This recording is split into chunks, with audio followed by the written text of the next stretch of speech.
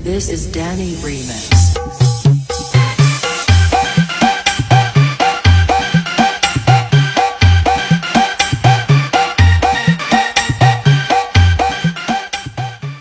Di sini saya dengan komponen pertama yaitu adalah heat cylinder. Heat cylinder terbagi menjadi beberapa bagian. Pertama yaitu adalah termostat. Termostat berfungsi sebagai mengetahui panas atau tidaknya air radiator. Yang kedua ini adalah push rod, berfungsi sebagai menekan pelatup. Dan di sini ada lubang untuk busi. Busi berfungsi sebagai pemantik api saat pembakaran. Di sini ada per klep. Di sini banyak ya. Fungsi sebagai untuk mengembalikan klep setelah didorong oleh noken as. Di sini ada kuku macan, berfungsi sebagai untuk mengunci klep dengan per klep. Kita balik ya. Di sini terbagi menjadi beberapa bagian ya. Ini adalah klep in dan klep X.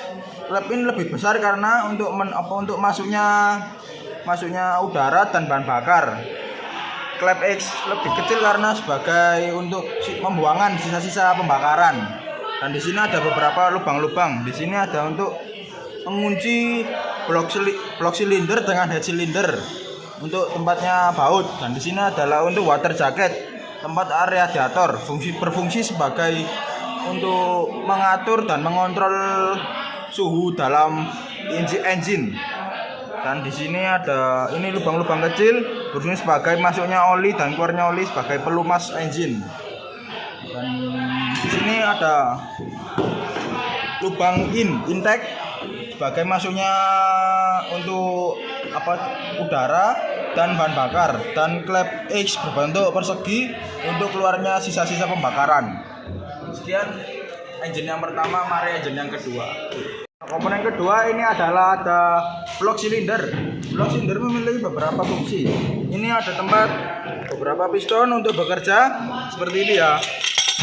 Naik turun. Dan ini ada beberapa lubang.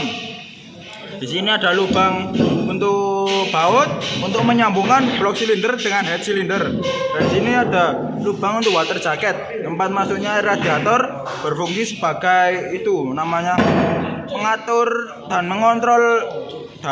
mengontrol suhu dalam engine. Dan di sini ada lubang kecil sebagai keluar dan masuknya oli sebagai pelumas mesin. Mari lanjut ke komponen ketiga. Di sini saya dengan komponen ketiga yaitu adalah camshaft atau bisa disebut dengan noken as.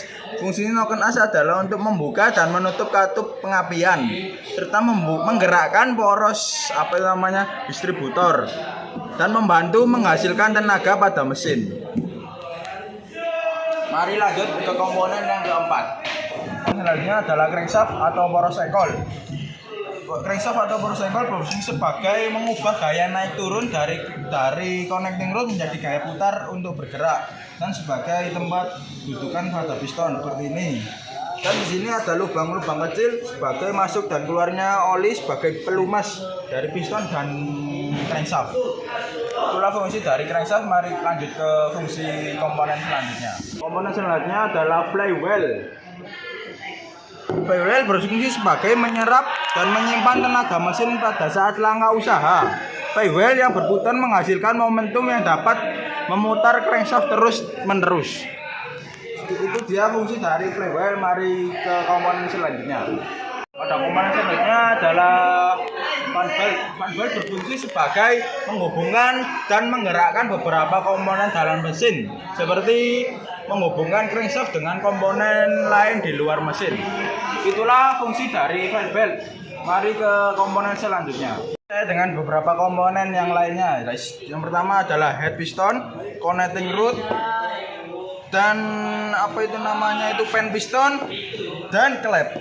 Head piston berfungsi sebagai melindungi bagian dari bawah dari kerusakan akibat panas.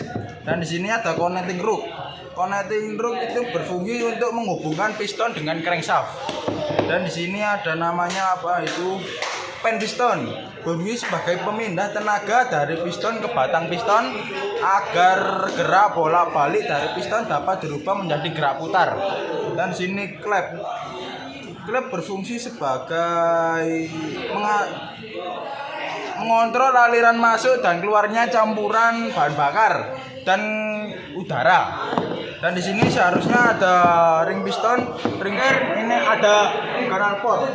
Knalpot berfungsi sebagai pembuangan gas sisa pada pembakaran. Dan terima kasih telah menyaksikan video saya tentang mengenai komponen-komponen dari engine dan fungsi-fungsinya. Mohon maaf bila ada salah kata. Wassalamualaikum warahmatullahi wabarakatuh. Terima kasih.